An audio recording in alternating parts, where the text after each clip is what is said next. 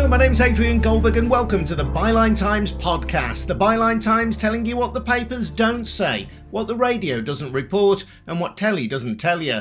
This time, political football. With the European Championships upon us, England's preparations have been marred by some of their own supporters booing the taking of the knee. Brendon Batson, one of West Brom's 3 black players whose achievements did so much to challenge racism in the late 70s, says there is a wider picture here. We've got a Home Secretary that seems to be hell-bent on treating people less than animals. You know, I think it's disgraceful the way some of the politicians speak about things, about immigration in general, and yet that's what I was hearing in the 60s.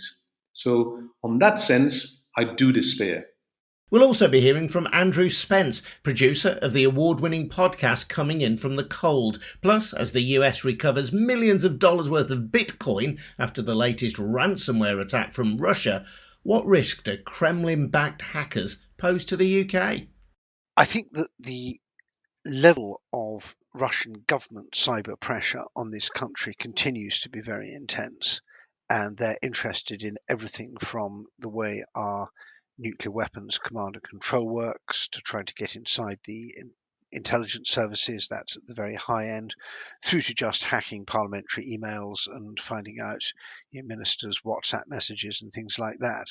It's a good listen, guaranteed, so stay tuned. Before all that, a reminder that there's no media mogul or corporate interest pulling our strings. We're funded by people like you who subscribe to the monthly Byline Times newspaper. Subscriptions also support our brilliant newsbreaking website and Byline TV. So come on, do the decent thing. Get more details on how to subscribe at bylinetimes.com. That's bylinetimes.com.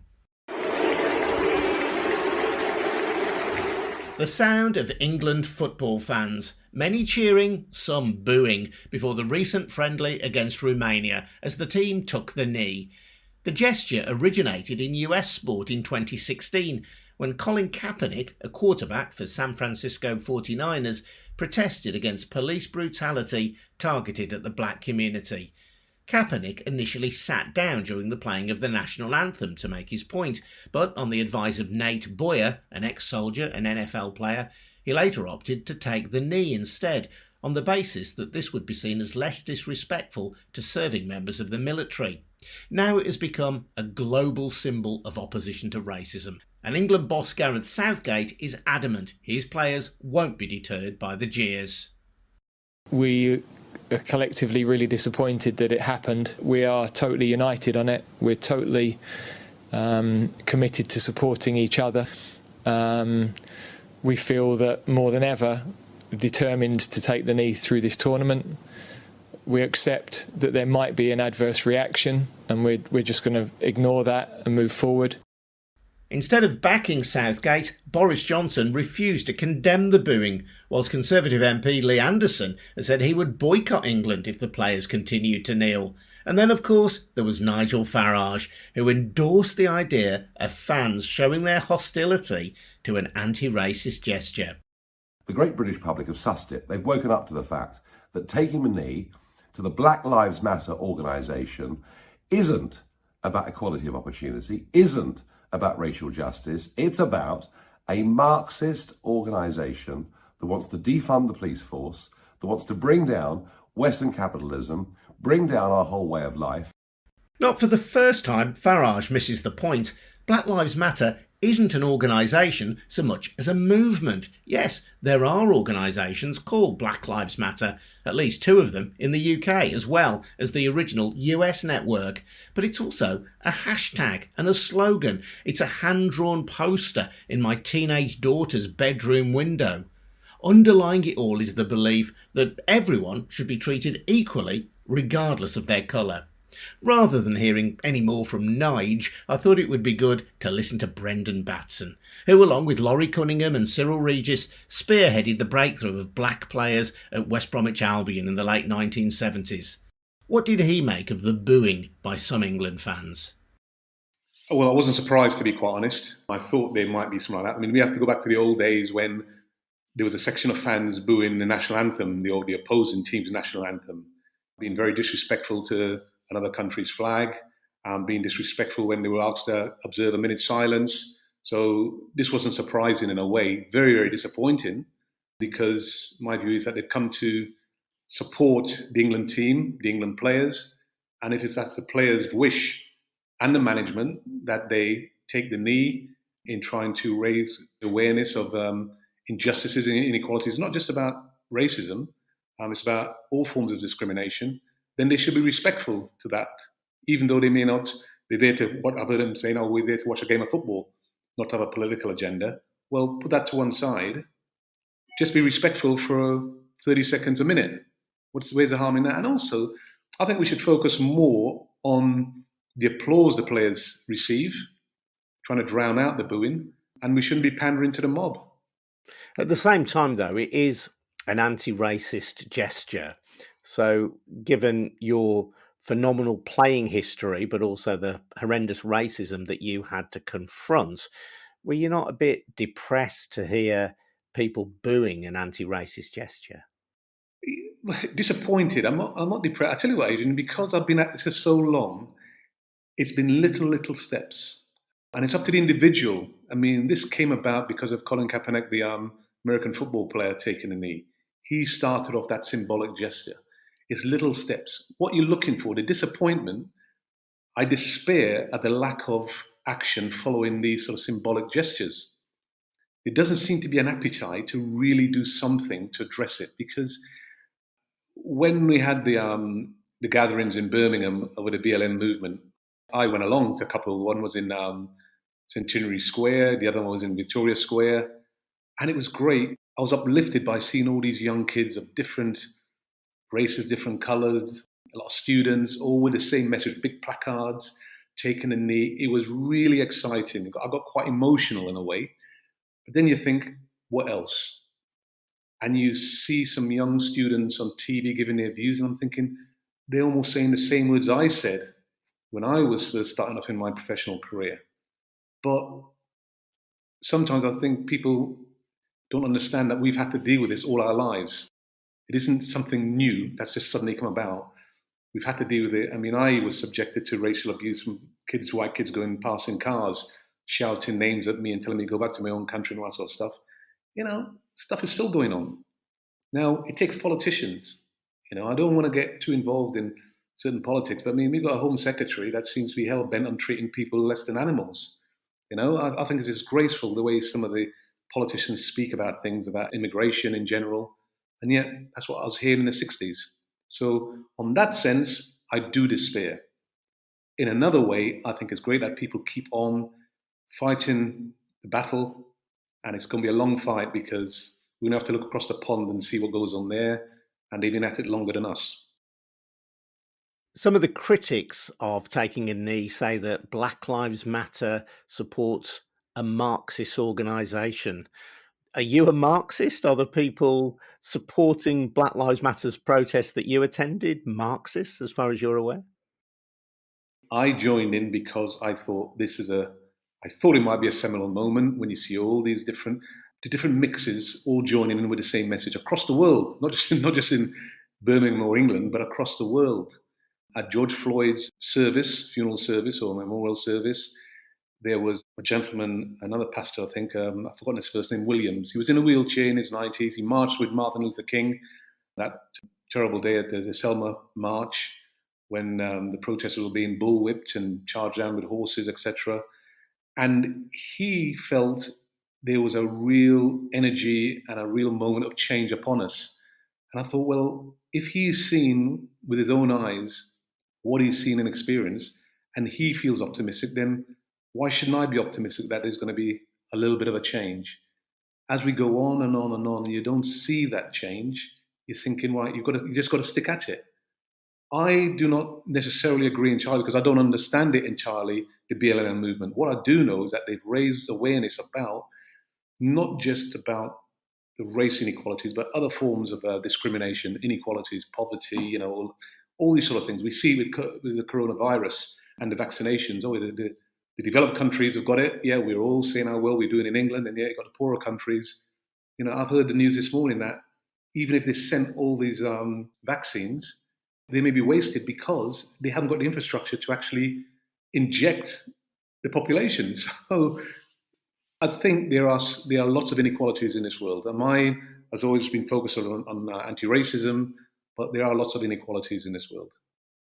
A few weeks ago, football clubs took part in a social media blackout for a weekend following persistent racist abuse against certain footballers. But of course, they're all back there now on social media. And when you talk about the reality of racism today in the UK and in the Western world, social media is one of the major transmitters of that. And yet football clubs themselves are complicit with social media. They profit from social media. They engage with social media to boost their brands. The reality, I think, is that those tech companies in Silicon Valley in California, they don't give a damn about what we're doing here. The numbers, they want the controversy. In a way, the more controversy they see online on these platforms, the better it is for them and for the advertisers. I think there's a lot of patronizing going on when it comes to we want to do this, we want to do that. I'm looking at the moment at the G7 group agreeing to have this 15% taxation on the companies like Amazon and Facebook, etc. Now they're all getting together as a powerful group, and it looks as though that's going to happen. Why can't we address that in this way as well, and address those things that we talk about, those inequalities? There's a feeling that there isn't this real appetite for change because money dictates, and there's a lot of money involved in these companies. They spend fortunes in terms of lobbying behind the scenes. You've got to keep up the fight. There's no question about that. Should England carry on taking the knee? This is a matter for the individual and for the collective. And if that's what they want to do as individuals and collectively, and the management are saying to them, look, we're right behind you on this, yes, I think they should, because that is what they feel is right, and they're the ones in the heat of it at the moment. Personally, I think that we have to see more than this symbolic gesture. I think it's been great. I think it will run its course come the end of this season, the end of this tournament, which really close down the season, and when you start again next season, I think it will have run its course, because I don't want to be pandering to the mob. I don't think they should be booed off from doing it, but they'll have to make a decision themselves. Brendon Batson, former professional footballer with West Bromwich Albion, now president of EU Athletes and chair of the Professional Players Federation in England. Underlying the gesture of taking the knee is a belief in systemic or structural racism, the idea that society has an unconscious, inbuilt bias against people of colour. According to the latest figures for England and Wales, there were 6 police stop and searches for every 1,000 white people, compared with 54 stop and searches for every 1,000 black people. Black people are overrepresented in the prison system and are much more likely to be sectioned under the Mental Health Act. To talk more about this, I spoke to Andrew Spence, radio producer at Talk Sport, who founded the company Unedited and created the award-winning podcast Coming In From the Cold about the history of black players in English football. His team is Aston Villa, and he's been sharing his story of being black and British and a football supporter. I'm 43, so my first memory of the England football team is the 86 World Cup and John Barnes coming on against Argentina as a substitute and changing the game. And to me, before that, the English football teams were always all white players, weren't they? Growing up British, you've never always felt British. Like, my family from the Caribbean, so when the cricket team would come over, that's who you were supporting, because that was the thing to make everybody happy, because you never feel that belonging in back then, and still do when they ask you where you come from. There's always that, where do you really come from? Like, where do you come from? And you'd say, I come from Birmingham, I'm English. And then, there's that feeling of being English. I think obviously that's changed now for this generation. They feel more ingrained and probably more British for most of them. I can't speak for all of them. But I'm a first generation immigrant because my parents are immigrants. I'm the first generation that was actually born here. So it's a hard makeup of identity, because what is Britishness? What is Englishness? Do I feel it?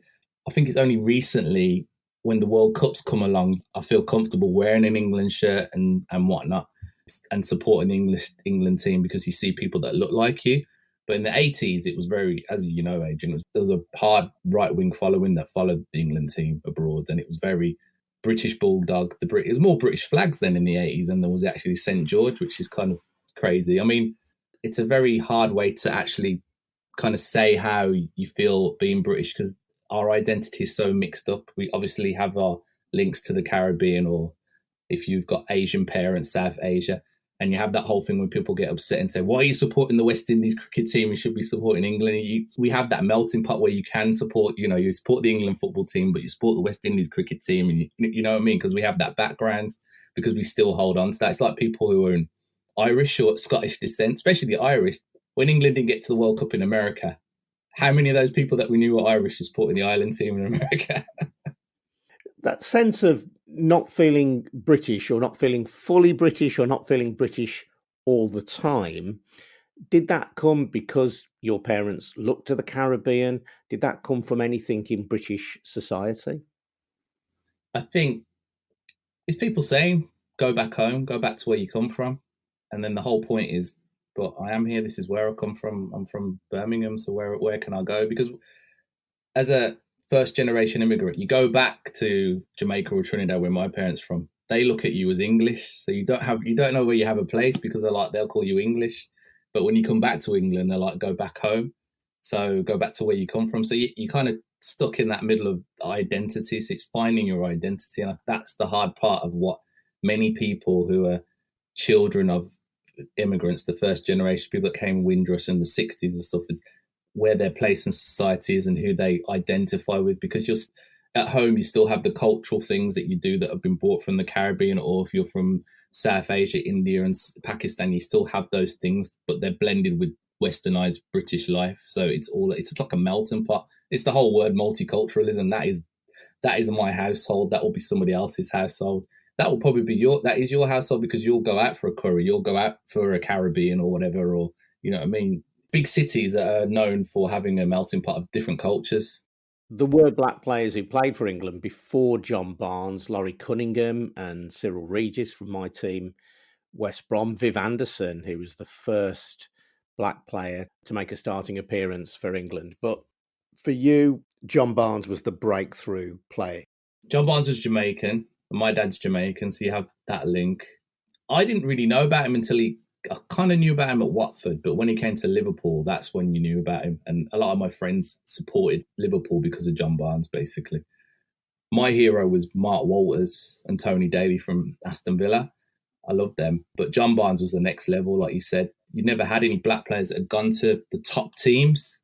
When we interviewed Brendon Batson for Coming In From The Cold, one of the lines he says is when he spoke to John Barnes, he was like, please don't mess it up, John. Make sure you do a good job, because nobody got to the top tier teams. And he was a player that just took it to the next level. But he had a strange relationship, because he did that golf against Brazil in the Maracanã, and then he could never reach that heights, and everybody thought that he was going to be that player. And I think it kind of was a burden on him. And then obviously he will say people questioned his patriotism to England. He has a kind of weird relationship with the England team, and a weird relationship with the English public in general. But yeah, he's one of the icons, isn't he?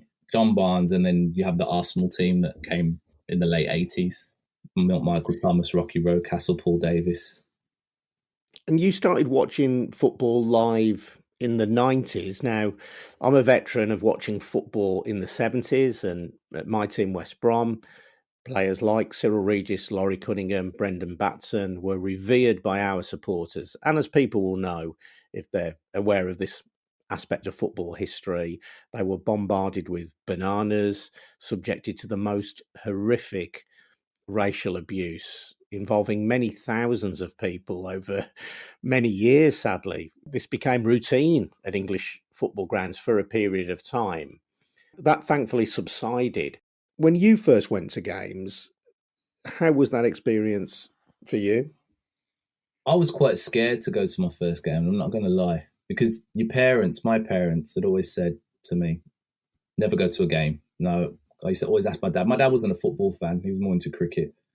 But I had a godfather that was a West Brom fan, Warwickshire season ticket holder. He was proper into sports. I would always ask my dad, can Uncle Dennis take me? Uncle Dennis was a white man. And he would always say to me, no, you can't take it to a football match. And this was in the 80s and the mid-90s. And then obviously I was about 21, 20, and then I went to Villa Park. Again, it was Villa versus Everton was the first game I went to. And I was quite nervous because I didn't know what to expect. I didn't know if there was going to still be the kind of racial overtones, the racial chanting, the abuse and stuff. And I never actually saw any of that. And I felt quite comfortable when I went.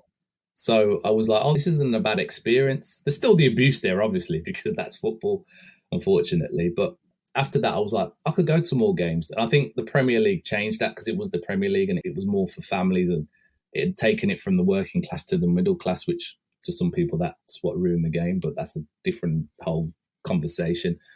But once I got into it and I realised it, and another thing, Adrian, when you watch football on the TV, it's such a different experience to watching it live. Because you think somebody's going to talk, or you think you're going to see a different angle. Because I'd never been. So watching it was great. At Villa Park was great. Had no problem. Like I said, in Villa team had black players, and the Everton team had black players. It was fine. So to me, I was like, oh, what's the whole issue about it? But then obviously, there's things that you hear about and things that I hadn't seen that were still going on. But generally, football culture started to change in the late 80s and into the 90s. The wholesale racist booing and singing declined significantly. And I think most people would accept that, although there has been perhaps a loss of atmosphere at some grounds because of all-seater stadiums, there has been a much healthier atmosphere in many other respects in football stadiums in England. So when England players took the knee ahead of the recent internationals and supporters booed that, were you surprised? No, because we've been talking about this for a while. When I was at TalkSport, I produced a show with Darren Lewis, sports writer for The Mirror, esteemed Hugh Wisencroft, and a few other players that we have, like Emil Heskey, Gabby Agbonlahor. And we were saying, if England take the knee, coming up to the Euros and stuff, people are going to boo and it will kick off. And we were right. I wasn't surprised. I was not surprised at all that that would happen. Why not? Because of the connotations that go with the knee. That people think it's a Marxist thing. People think it's defunding the police because of Black Lives Matter. Now, don't get me wrong. There are certain elements of Black Lives Matter that took that and take that view that Black Lives Matter as a banner as a whole is about racial equality. It's not about Marxism. Because you have to laugh because the irony of calling football players Marxists, they're the antithesis of the opposite of Marxism because they make the most money and they're all about free enterprise. So it makes me laugh because the argument's quite redundant if you really break it down. But obviously there's the connotations that come with it. I'm not surprised because when it happened at Millwall, when the booing, and there was booing on the last day of the Premier League from certain assets of fans, and some people just don't like it. I don't understand why somebody taking a knee really gets people so upset. I really don't understand it because, if I saw you in the room taking the knee and I walked in, I'd be like, Adrian, why are you taking the knee for? And then I'd have to find out why. And then if you told me the reasons why, I might not agree with it, but I wouldn't get really upset and say, oh my God, why are you doing this? This is an affrontage or whatever to it because it's your opinion. But I still don't understand why it gets some people so riled. And yet some players say it's not powerful enough or it's been diluted. It kind of shows that it hasn't because it's still really annoying people.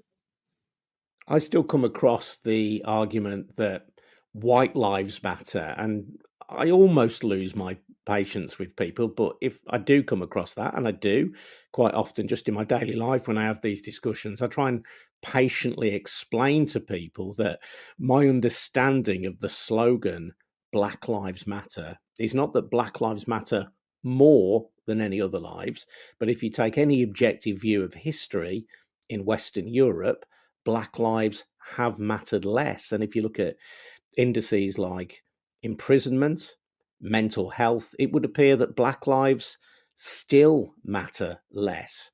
So to me, the slogan Black Lives Matter isn't about saying Black Lives Matter more, but it is an acknowledgement that Black lives, shockingly, tragically, have mattered less to those in authority in this kind of country. Is that how you understand it?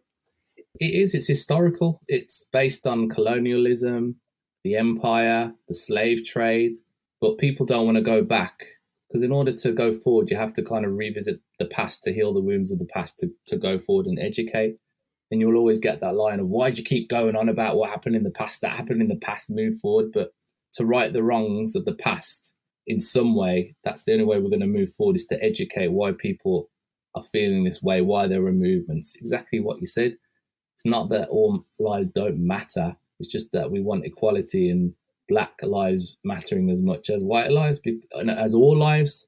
But that at the present, there isn't, because obviously, like you said, in the judicial system, in the health system, in all types of systems, it's like a race. If you in a 100-meter race, it doesn't matter if you're Usain Bolt. It's like having two weights on you, and you're far ahead in the race. We're never going to catch you up. So you got to take away the shackles and things that are obstructing people to have an equal footing, and that can be applied to all other things. We talk about we want equality among the sexes, we want equality among people's sexuality. But for some reason, when it comes to the issue of colour, I'm not saying, one is more prevalent than the other, but people just don't want to have that conversation. It is an uncomfortable conversation, but it's a conversation that has to be had, and people need to be educated. And those people that are booing, they need to be educated. They need to come along with the ride for us. I don't want to give up on them, but, we're never going to get rid of racism completely in the world. That's never going to happen. And people that think that are deluded. There's always going to be the minority, but we have to educate people to enable us to move forward. Because if we don't, we're just going to keep having the same discussion going around, and then it gets tiring. Yeah, people's eyes tend to glaze over if you use a phrase like structural racism. But if you look at the imprisonment figures, if you look at mental health figures, if you look at educational outcomes certainly for many black groups, for want of a better phrase, whatever the recent Sewell report commissioned by the government says, black people themselves know that legacy of racism, of slavery and colonialism still plays out in our society and on both sides of the Atlantic. Yeah, the word unconscious bias, which again people will probably hate about, and the word woke and all those kind of tangible words that have just come out of nowhere. Unfortunately, it's happened. Structures have been built up by one particular race, and then obviously it's solidified that. And unfortunately, there's a glass ceiling for a lot of other people. And until you break through that, and until the word diversify and diverse things up, then you're going to have a different way of thinking and you can move forward. But there's just such a pushback on it to discuss it. I mean, the whole thing with the cricketer who his historical tweets came back. What's his name? Is it Ollie Robinson? Is it Ollie Robinson? The government have got involved. The Prime Minister said it was over the top and so forth. The things have to be discussed, and people need to be, not punished for life, but they need to be told what they've done wrong. And this is not the way forward. To me, I wouldn't want him playing for England the next game. I don't think that's right. So you have to have some kind of, not penalty, but you have to be taken to task for what you've done, even if it's been historically, because if it was somebody else that done it, the same would happen. And he's a sports person in the public eye, so you have to be held accountable. Accountability is a word that a lot of people don't like, from us everyday mortals to MPs. That's one thing. Nobody wants to be held accountable for anything, and somebody has to be held accountable for something for us to move forward, in my opinion. You made this fantastic award-winning documentary series, Coming In From the Cold, which told the history of black players in English football. And in telling the history of black players in English football, you partly told the history of racism in English football. It has tainted the game really from the earliest days. When you look at that big span of history that you encompass and you look at this ongoing controversy, how do you kind of balance the two? It's a shame, because it seems to me that kind of nothing has really changed. What I noticed of doing the story is it was more overt, and now it's become more covert. Just because you're not saying the N word or the P word or this and that doesn't mean that there's still unconscious or questionable things that are being saying, or structural racism. I mean, in football, how many black managers do we have? How many black coaches do we have? How many people in the boardroom? And we talk about that in the final episodes. Again, it's like that in America, where that news reader said to LeBron James, just shut up and dribble. So, that's that kind of thing. Players don't bring politics into sport. Sorry, politics has been in sport for a long time. This is not the first time it's happened, and it's not going to be the last. these sportsmen and women, this is the kind of platform they can use to show it. And in football has a lot of problems. Has a lot of problems. We love the game, but it has issues with money, with greed, with how it treats people, so forth and so forth. And racism is one of those things that is a major blot on the copybook of football. And I think it's tried to kind of move away from it. It's done a half decent job, but it's trying to, like, you know, when you tell a teenager to clean its bedroom, it's trying to just push everything under the bed and say, oh, everything's clean, but you go look under the bed and there's a whole heap of rubbish and crap under there. And I think that's what football's trying to do. It's trying to sweep it under the carpet, and it's doing all these things and it just doesn't know what to do, when it could just be stronger and more stricter on its punishments and so forth. But then again, lines up to how the structures of the upper echelons of football are done. It's a lot of old white men making decisions on racism that's never affected them. They've never been through that. You know, until you bring diverse set of people to come in to make those decisions, then you might make some strides. I'm not saying it will be done straight away, but this is going to take a long time to fit. And then with the players going on a knee, I mean, it just highlights how much division sometimes there can be in football. It is tribal anyway, but it's just a shame that the England team's getting booed because they're taking the knee, but then when the game starts, they're getting cheered when they score a goal. But every time before a game, they're going to get booed because they're going to do this. That's going to affect the team. That's going to affect our chances. I mean, you got to question whether it's a good idea for England to continue doing it, because is it good for us to take the moral high ground, Southgate and the boys? That's the question you got to have. Well, I'll put that to you. Should England carry on taking a knee at the Euros? Yeah, I think we should. If it's to the detriment of our progression, I'm going to say something controversial. A lot of my friends who are black have said the same thing. Some of them said that they'd be happy if England fail and don't get out of the groups, because this has just shown us up to be kind of how they are. I mean, I wouldn't go that far in saying that, but I think we should still do it. But it's just a shame that it's just 1 minute you're booing the fans, and the next minute you're trying to get behind them. It's such a weird relationship that the fans will have with the players. And I don't know what kind of lasting effect it would have on the players and what lasting effect it would have with the England team. Andrew Spence, producer of Coming In From the Cold, which is well worth seeking out via your usual podcast provider. I'm Adrian Goldberg, and you're listening to the Byline Times podcast, funded by subscriptions to the Byline Times monthly newspaper. To find out how to subscribe, go to bylinetimes.com. That's bylinetimes.com. Написанным на C. Программа шифрует пользовательские файлы, тем самым ограничивая доступ к ним. This is an excerpt from Russian-based YouTube channel OSINT, short for Open Source Intelligence. It's an exclusive interview with a computer hacker who claims to be part of a group called R-Evil, who says he and his colleagues have earned more than $100 million using ransomware. That's software which lays siege to your computer unless you pay a ransom, usually in the cryptocurrency Bitcoin. The US recently claimed a rare victory against groups like this when it recovered a Bitcoin payment made to hackers who had forced the temporary closure last month of the Colonial Pipeline in Georgia, which supplies half the fuel for America's East Coast. More recently, another cyber attack forced the closure of US operations at the world's largest meat processing company, JBS, and again, Russian hackers were blamed by the White House. It's not only money, though, that the hackers are after. A report last year by the House of Commons Intelligence and Security Committee warned that the Kremlin employs or otherwise sanctions gangs of cybercriminals to garner UK state secrets and threaten key national infrastructure. To find out more, I've been talking to journalist Edward Lucas. He wrote The New Cold War in 2008, and more recently a book called Cyberphobia. He's a senior fellow at the Centre for European Policy Analysis in Washington, D.C. Does he accept the view, which is shared both by the UK and the US, that the Russian government supports some of these attacks and turns a blind eye to others? It's absolutely credible that cyber criminals in Russia operate with the tacit consent of the Russian authorities. And one quite good indication of that is that these sort of attacks don't happen inside Russia. The ransomware criminal industry devotes its energies outside Russia, and actually increasingly tries to be selective about its targets. So there seems to be a kind of consensus that you don't go after health services, for example, because that's too politically sensitive. It's better to go after unloved or unlovable government organisations like the police or corporate targets.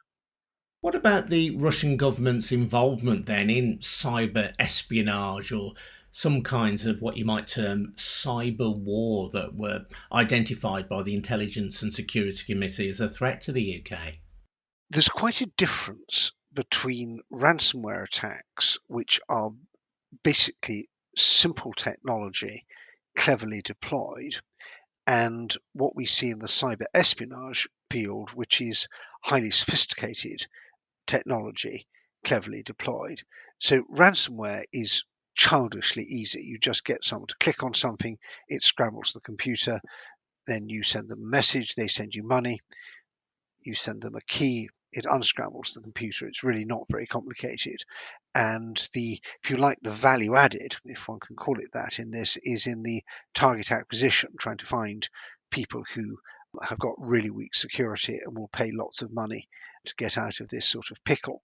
And that's really quite different from the sort of things that GCHQ, NSA, and their other international counterparts get up to.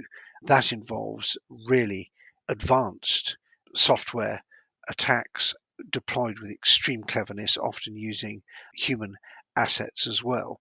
And although they're both worrying and they both start with the word cyber, they're really quite different. What do we know about the extent of Russian-backed or Russian-sanctioned activity in that field in the UK? Well, we know that the cyber crime industry is making tens of billions of pounds in its global revenues, and that British companies and British public institutions have been targets of that because they're reported. It's very hard to get the whole picture because many people who are attacked just decide to pay up, and maybe they're insured and the insurance company pays up. It's not like plane crashes where you have a really pretty accurate picture of what's going on. I think that Britain's probably got rather better cyber hygiene than some other countries, although that's not saying very much. In 2018, the National Cybersecurity Centre in the UK said that Britain, along with its allies, had identified a campaign by Russian military intelligence of what it described as indiscriminate and reckless cyber attacks on this and other countries. Is that continuing?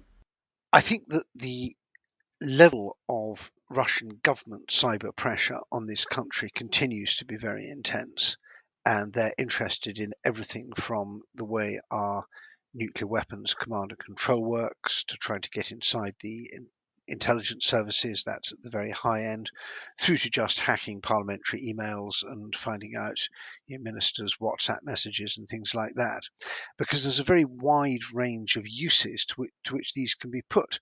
So Putin would be interested to know whether we're targeting Russia with nuclear weapons and how we do it and that kind of very high-end stuff.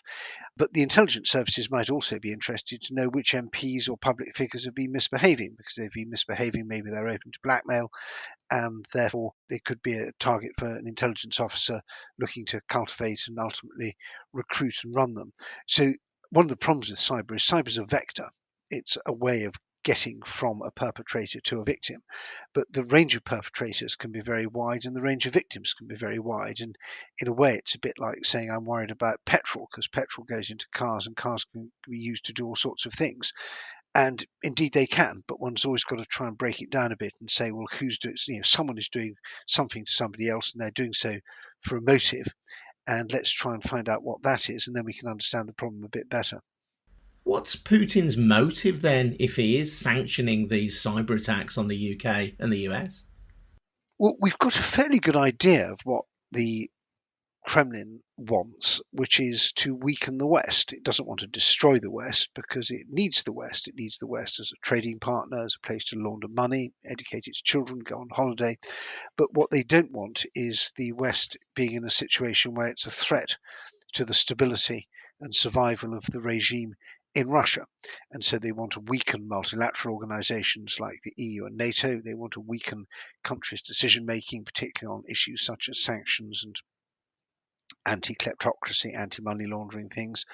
They want to make sure that the Russian energy can be sold on advantageous terms to them rather than on with tiresome transparency rules imposed by the customer, and so on and so forth. So there's a very opportunistic approach, really. If there's something that's a threat, they'll try and counter it. They'll build up assets where they can in the hope that they'll be there and useful when they need. And meanwhile, they can get on with their main job, which is looting Russia for their own enrichment. Of course, Russia says that these are false claims, attempts by the West to whip up anti-Russian sentiment, Russophobia. Is there a danger here that we're perhaps creating a bogeyman out of Russia? On the whole, when you wake Western decision makers up to the threat from Russia, they're rather cross about this because it will involve them in decisions that will cost them money and create extra work. And I've spent nearly 30 years trying to warn people that the Cold War didn't really end in 1991, and we've still got very serious problems with Russia and indeed with China. And that's been quite an uphill slog. I think it's true that there is a kind of lazy, particularly in America, there's a sort of lazy willingness to blame everything on Russia and to overlook the fact that Democrats have lost elections because people are fed up with their Democratic presidents and Democratic members of Congress rather than because they actually were, it was all done by the Russians. But the fact that that maybe some lazy claims are made doesn't mean the Russians don't interfere. And we've seen a very clear example of this. They hacked the Clinton campaign's emails, and they released those emails in a way that did a lot of damage and made the Clinton campaign look duplicitous and untrustworthy. And they did that with the enthusiastic help of the US media, which only afterwards realized that they'd been played. But that really did happen. There's no doubt, Cozy Bear and Fancy Bear, two Russian hacking groups, were caught on the computers and networks concerned. And Russia always says, oh no, it wasn't us. And it's true that attribution is often quite difficult in cyber attacks, but it's not impossible. In this case, the attribution was pretty good. Can we quantify the scale of attacks? It's difficult to quantify anything in the world of cyber espionage because it's inherently secret. And if we find out that something's going on, we may decide not to talk about it because we don't want to give them the idea they've been spotted. So that's a bit like saying how many Russian spies are active in Britain. The only people who know that and have a very strong reason not to tell us. On the sabotage front, again, if the Russians think they've sabotaged, are in a position to sabotage one of our systems and we've spotted them, highly advantageous for us to say not to say anything because we know that if they press the button it won't work, but they don't know that. So that's again, sort of secret.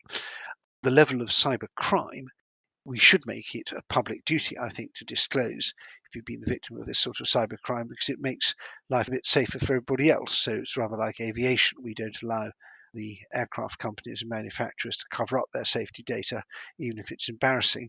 We encourage them to make it public as a sort of hygiene measure. And I think that we could do with much better cyber hygiene. But at the moment, if you're attacked and your insurance policy covers you, you pay up, the insurance company pays you, and nobody's any the wiser. And so we don't know. But the estimates are that this is an industry, the criminal industry of cybercrime is tens of billions of dollars, and I think that may possibly be an underestimate. I've seen estimates that are much, much higher. I know you're also concerned about China as well and its role in cyber espionage.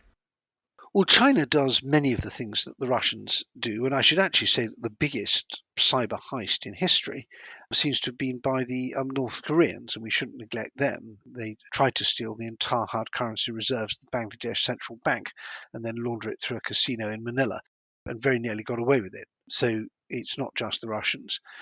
I think that the Chinese, the big thing for the Chinese, which is a bit different from Russia, is the theft of intellectual property. And as Russia doesn't really have a manufacturing industry, there's no point in them stealing intellectual property because they wouldn't be able to do much. But China is the workshop of the world, and if they can steal the design for a new telly with flatter, even bigger screen, or a new fighter aircraft, or anything really, something new to do with electric cars or graphene, or really any form of advanced technology, they do steal it, and then they produce their own version of it. And this makes Western companies very, very cross. And the Chinese say, well, well, we're recovering from a century of humiliation, so we're going to have to cut a few corners as we catch up. So that's a sort of huge, big lump of what China does. The other thing which is really important is China's building vast data banks of foreigners, and they're getting mobile phone data, biometric data like our faces and the way we walk, so-called gait analysis, payment data and so on, to try and build up a picture of the most important billion or so people in the outside world, because they want to be identify people who might be spying on China, or also people who may be campaigning against China, and then they can get into their emails and find out what they're up to and, if necessary, stop them. How does this threat impact the lives of ordinary people? I did a radio program the other day where I was interviewing people whose lives have been absolutely ruined by cybercrime, people who'd lost their entire savings or are going to spend their old age in destitution because of the weakness in our way in which our system enables people to have their savings stolen with just a phone call and a few mouse clicks. It's only a threat until it happens to you, and then it becomes a major inconvenience or possibly a tragedy. And do you think governments aren't taking this threat seriously enough? Well, it's not just governments, it's companies. The person I interviewed was a victim of a hack at TalkTalk, and because of the hack at TalkTalk, their personal data had been stolen, and with that, it had been sold to criminals, and the criminals were then able to impersonate TalkTalk, phone the person up and say, "You're due a refund." And this poor old man in Cardiff thought, "Oh, that's nice, I'm getting a refund from TalkTalk," and dutifully did what he was told to do. With the result, his bank account was drained and he lost his life savings, and TalkTalk were totally uninterested in refunding him, and neither was his bank. Now, I would be in favour of placing a much stronger duty on banks to refund people who are victims of fraud, and I also think that if you're the custodian of people's data and it's stolen, you should face very serious criminal charges and permanent professional disgrace. And this doesn't seem to have happened because Dido Harding, who was in charge of TalkTalk at the time, has gone off to another quite important job running the NHS Test and Trace app. So we need to really mind about this. If someone runs a restaurant that poisons people and makes them ill and ruins their lives, they certainly don't run restaurants, and they probably have a pretty sticky time of it. And we should take the same approach to people who practice poor data hygiene and allow people's data to be stolen and used in a way that ruins the lives of the people it belongs to. Edward Lucas. I'm Adrian Goldberg, and this has been the Byline Times podcast. I hope you've enjoyed listening to it. Please don't forget to subscribe to the Byline Times. Get more information at bylinetimes.com. That's bylinetimes.com. We'll be back next week. Thanks for listening.